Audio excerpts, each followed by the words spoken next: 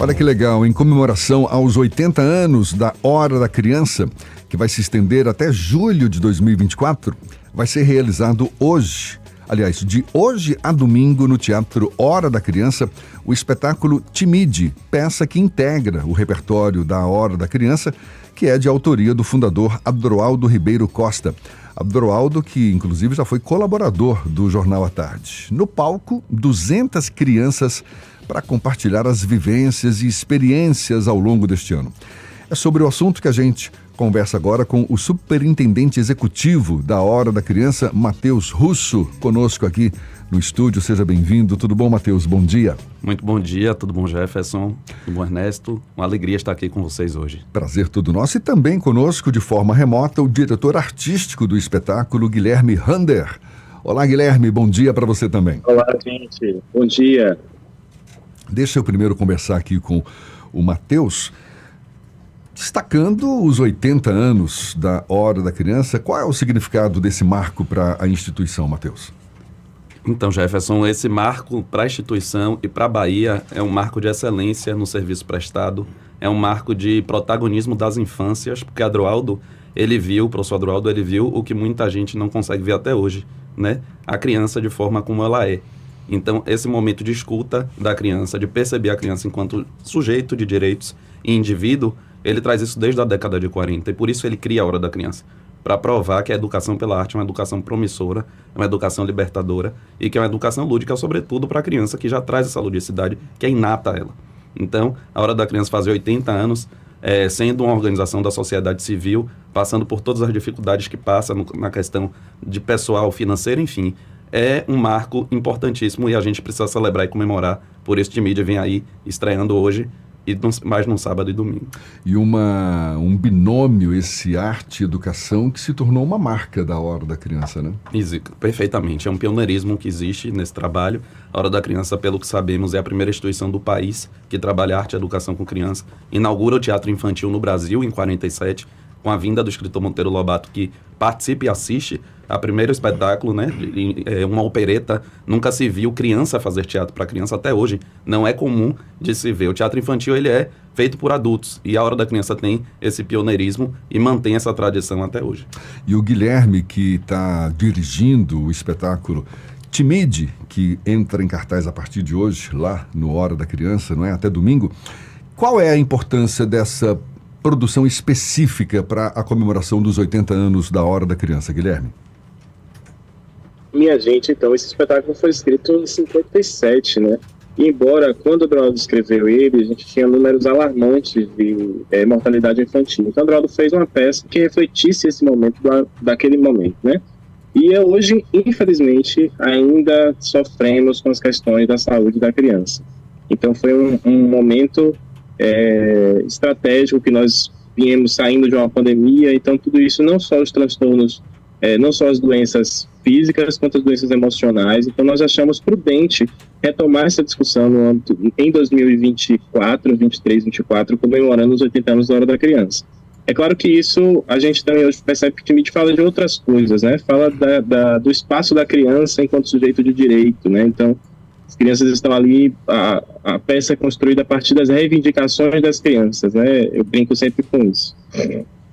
Reivindicações das crianças, que seriam quais? O mote da peça é em cima do desejo deles de merendar, né? E que o adulto fica regulando essa coisa da merenda, e, enfim. O adulto vem proibindo uma série de coisas e a criança quer ser livre, né? A criança quer brincar. Então, a peça fala sobre o direito da criança de brincar, sobre o direito da criança de ser criança e como o adulto vai vetando isso, né? Por conta de moldar a criança, tornar a criança um mini adulto e não a criança ser criança com o direito de ser criança. Ao longo de 80 anos, fico imaginando quantos frutos a Hora da Criança conseguiu produzir. Um deles, certamente, Dona Laís Rocha, não é? Nossa querida parceira aqui do ICE Bahia, ela que estudou na Hora da Criança e hoje ensina na Hora da Criança. Olha que legal, hein? Laís é uma grande parceira. Para além de tudo, nós dividimos esse lugar, tanto ela, quanto eu, quanto Guilherme, os 3 somos crias dessa casa, né? E hoje retornamos para devolver e permitir, na realidade, que todas as crianças que hoje ocupam aquele espaço, não só aquele espaço físico, porque a Hora da Criança é muito maior do que aquela área, do que aquele espaço, possam ter a possibilidade de estar realmente convivendo e vivendo arte e educação. Então, você falou aí que a Hora da Criança é muito maior do que aquele espaço. Sim. Aí, primeiro, que com certeza muita gente está nos ouvindo, está nos acompanhando aqui pelo aplicativo, pelo YouTube, não sabe onde é e nem sabe o que é essa estrutura aí, apesar de ser uma instituição absolutamente enraizada na memória baiana, não só pelos 80 anos, mas por tudo que produziu. Mas explica para os nossos ouvintes onde é que fica, o que é a Hora da Criança. Muita gente que acha que a Hora da Criança, por exemplo, é uma coisa do governo. Perfeito. Perfeito. Como é que a Hora da Criança se mantém, porque isso é um desafio, e de que maneira as pessoas que gostam da ideia de combinar educação com arte e entendem isso como uma grande saída também, uma grande sacada, de que maneira podem participar ou simplesmente conhecer, que vale a pena, né? Perfeito. Existe realmente, Ernesto, essa questão, né? As pessoas ainda não entendem porque a Hora da Criança é uma organização da sociedade civil, uma instituição privada, né, de direito, que acaba exercendo aí um trabalho social, mas é uma instituição privada. Ela tem um conselho, né? Inclusive, nossa amiga Sueli Temporal é uma das nossas conselheiras e foi da Hora da Criança também, enquanto criança. Sueli Temporal, jornalista, Justamente. Integrante da Associação Baiana de Imprensa. Perfeito. Vou fazer um parêntese, se ela estiver nos ouvindo. Você acredita que eu fui estagiário de Sueli? Gente, Fui sério? estagiário de Sueli Temporal, fecha parênteses. Ok. Então, nós, né, temos algumas parcerias, né, com o Governo do Estado, através da Secretaria de Educação, e com a Secretaria da Educação do município, com a Prefeitura. São parcerias hoje extremamente fragilizadas, né, onde a gente não tem um aporte mínimo de equipe para poder manter o trabalho. Mas, em termos de repasse de recursos, isso nunca existiu. A Hora da Criança não recebe recurso direto, nem de órgão público, nem de órgão privado. A gente costuma dizer, a presidente da Hora da Criança, professora Josélia Almeida, que já esteve aqui esse ano com vocês. Pois é, ela fala que nós vemos da graça do Divino Espírito Santo, né? Ontem mesmo a gente teve um problema lá, Laís, com relação ao ar-condicionado. O ar-condicionado parou. O técnico teve lá e disse, não vai funcionar. Mão na cabeça e agora o espetáculo amanhã. Corremos atrás de parceiros. Vamos ter que alugar um aparelho que não é um custo barato. Nesse ínter, a gente acionou os amigos e aí já conseguimos levantar pelo menos 50% do valor para poder cobrir esse custo. Isso foi ontem à noite. Na terra de Santa Dulce, esse tipo de milagre Justamente. sempre acontece com quem está no mesmo barco, no mesmo espírito da solidariedade, né? Nós ficamos situados na Avenida Juraci Magalhães, ali na Lucaia, né, um espaço bem grande, tem um nome logo um letreiro, Hora da Criança, e nosso trabalho, ele vem sendo abastecido mesmo com a força e a vontade, o desejo de fazer, de realizar, com parceiros voluntários como Laís, que sempre está atenta ao que a gente solicita, Guilherme Runda dirige o espetáculo voluntariamente, eu estou produzindo também, junto a uma equipe, todo mundo de forma voluntária, para poder fazer valer, né, que é o que a gente acredita. Fala um pouco pra gente, Guilherme, do desafio de fazer esse espetáculo. 200 crianças no palco, não é fácil não, né? Nada, não é fácil não. A gente fica bem louco, puxa o cabelo, mas é uma delícia, né? Quantos é uma delícia. ensaios, Guilherme? A gente está ensaiando desde o ano passado, né? E só que as turmas se renovam. Então a gente tem esse desafio também de compreender as novas crianças, como essas crianças são inseridas, né? E a gente tem uma prática na Hora da Criança que é um trabalho muito de equipe, né? Então a gente tem os pedaços e a gente vai... eu tenho os professores de música que trabalham com as coisas de música, outros professores de teatro que vão cuidando das questões de teatro, e os professores de artes também vão trabalhando com sensibilização das crianças e contribuindo no processo criativo. Então, quando a gente chega para juntar, né, embora seja bem acelerado o tempo e é intenso, é muito intenso, é um processo gostoso, né? Porque também é um lugar de aprendizado, né? Porque a gente fica ali com aquela criança, com aquelas crianças, e a gente vai compreendendo as dinâmicas de cada uma e daquele coletivo, e a gente vai trocando e a coisa vai acontecendo, vai fluindo. É desafiador, viu, gente? Mas é uma delícia. Lidar com eles e elas é incrível. Explica pra gente o significado do nome da peça, Timide, e é um espetáculo que gira em torno de quê, Guilherme? Bem, Timide é o nome do personagem principal, o nome da criança, né, da criança que é a personagem que vai desenrolando a história. Então, Timide é um morador de uma vila uma vila que chama Vila Vida, onde está tendo uma disputa entre a fada saúde e a fada doença. E essa disputa vai implicando na saúde da criança, obviamente, né? Então, há uma discussão acerca disso, né? Como é que essa história vai se desenrolando. Paralelamente a isso, a gente tem um grupo de crianças que estão ali brincando no quintal, no terreiro ali, e que decidem se juntar para poder combater a fada doença, né? Então eles fazem um grande exército, junta todo mundo e vai para a linha de frente da trincheira para poder lutar contra a fada doença, né? E tornar a saúde rainha de Vila Vida. O espetáculo ele vai ser apresentado pela primeira vez hoje, fica de hoje a domingo em cartaz, aberto ao público? Isso, hoje é a grande estreia, nós vamos Sim. ter aí um momento especial, hoje é um dia especial para a gente, porque convidamos toda a rede de proteção à criança e adolescente, aí eu conto com Unicef, MPT, MP, né, a Defensoria Pública, todas as autoridades, secretários de Estado e do município, envolvidos não só com a criança, mas com a cultura e a educação da nossa cidade. Então vai ser um momento bastante especial, onde a gente vai estar recebendo convidados e autoridades. No sábado e no domingo, que o espetáculo é às 17 horas, nós abrimos uma bilheteria para poder tentar amenizar um pouco o impacto dos custos. Hoje, então, só para convidados. Isso, justamente. Sábado e domingo para o público em geral. Perfeito. Hora da Criança ali na Avenida Juraci Magalhães. Na altura do Ceazinha do Rio Vermelho. Isso, um pouco após a Ceazinha, na pista oposta. Na pista oposta, na verdade. Agora, conta um pouco para a gente também sobre a importância, Matheus, do Adroaldo Ribeiro, ele que influenciou certamente a trajetória da Hora da Criança ao longo desse tempo todo. Qual é a relevância dele para a instituição até hoje? Jefferson Adroaldo foi, né, um visionário. Ele porque a obra dele está viva, então ele está presente. Ele conseguiu ver, como eu disse, o que nosso querido vereador Silvio Humberto, a gente fez uma sessão especial na Câmara de Vereadores, ele teve uma fala excelente, onde ele diz: Adroaldo viu o que ninguém viu, né? E esse olhar dele para a criança está para além. A gente sabe que hoje, por exemplo, existem muitas políticas voltadas para a criança, mas ainda está muito aquém, né? A criança ainda não está no seu lugar de direito. Você veja que o processo pandêmico, a criança foi a última a ser vacinada. O retorno para os seus espaços onde elas convivem, que é a escola, foram os últimos a serem acessados. Então, se eu tenho uma legislação que nos traz uma prioridade absoluta, onde está essa prioridade absoluta? Então, a Hora da Criança encara a criança e vê a criança enquanto sujeito de direito com ação, de forma realizadora.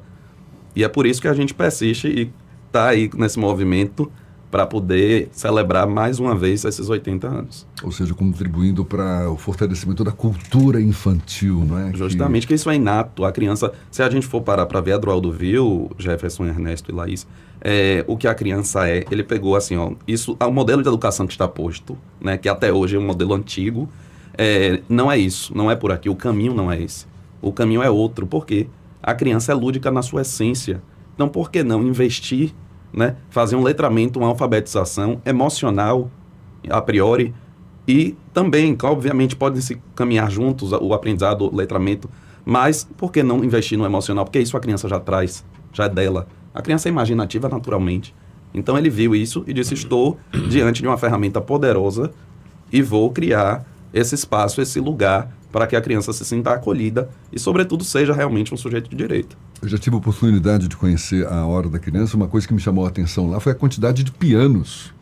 Isso. Tem uma coleção de pianos lá, não é isso? Isso. Nós temos, como você disse, vários, além de mim, de Laís, de Guilherme, nós temos o Gilberto Gil, que passou pela Hora da Criança, o quarteto em si, que todas foram da Hora da Criança.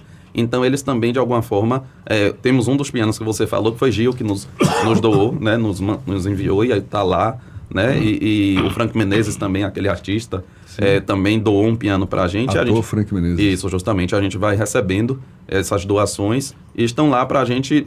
Futuramente estamos ainda sem um profissional, né, de piano, para que as crianças possam ter esse acesso direto.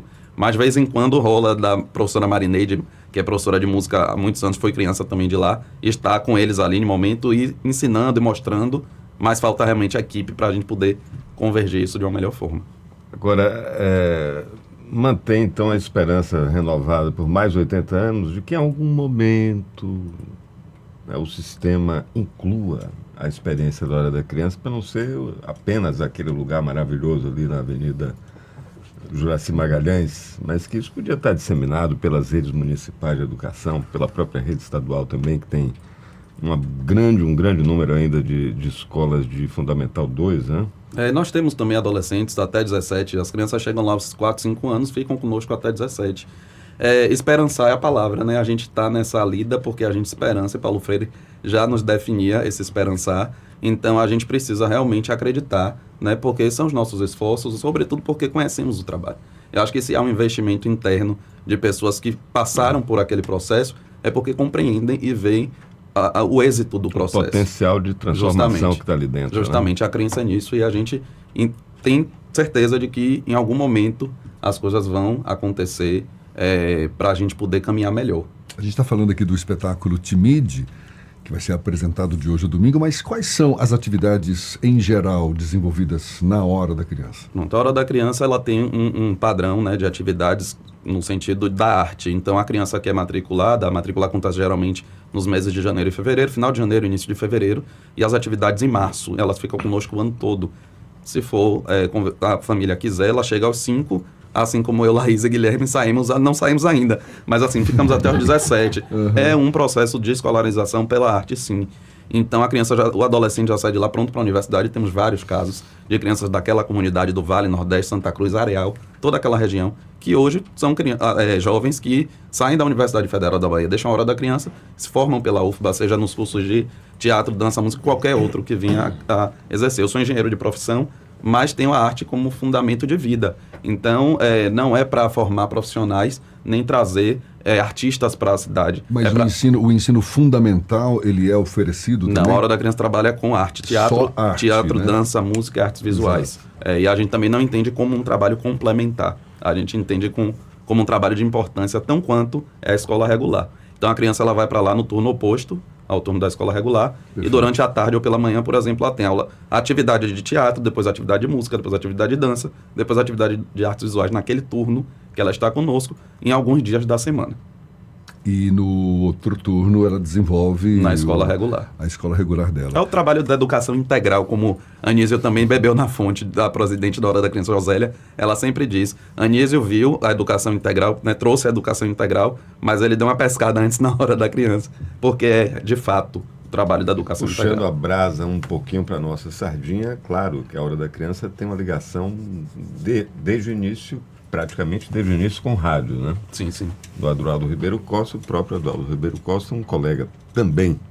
Então, que dá a ideia do potencial que a gente tem de dar uma ajudinha, né? Aqui uma entrevista é uma coisinha pequena, né? Mas contem sempre com a gente, não é isso, professor? Não tenha dúvida. A gente é um grande apoiador, né? A gente está aqui para levantar essa bola. E Jefferson, Laís, o nome vem daí. Hora da Criança, porque era uma hora dedicada à criança. Era às 10 horas, aos domingos, na Rádio Sociedade da Bahia.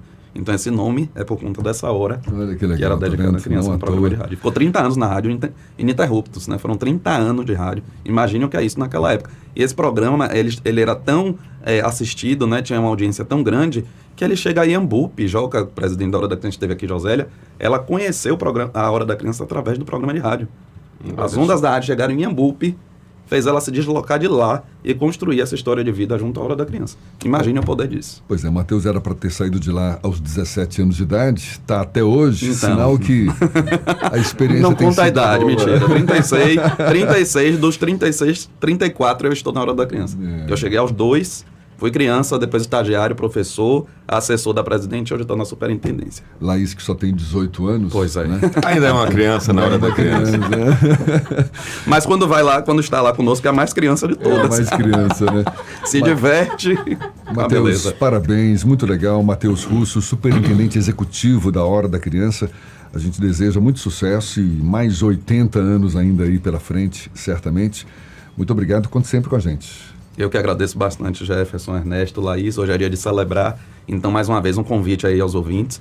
De amanhã, sábado, dia 16, domingo, dia 17, às 17 horas, no Teatro Hora da Criança, o espetáculo Timide. Então, um espetáculo belíssimo, uma luz, um cenário, um figurino deslumbrante, ao nível que o professor Adroaldo sempre fez. E muito obrigado também ao Guilherme Hander, diretor artístico do espetáculo. Sucesso para você logo mais, viu, Guilherme?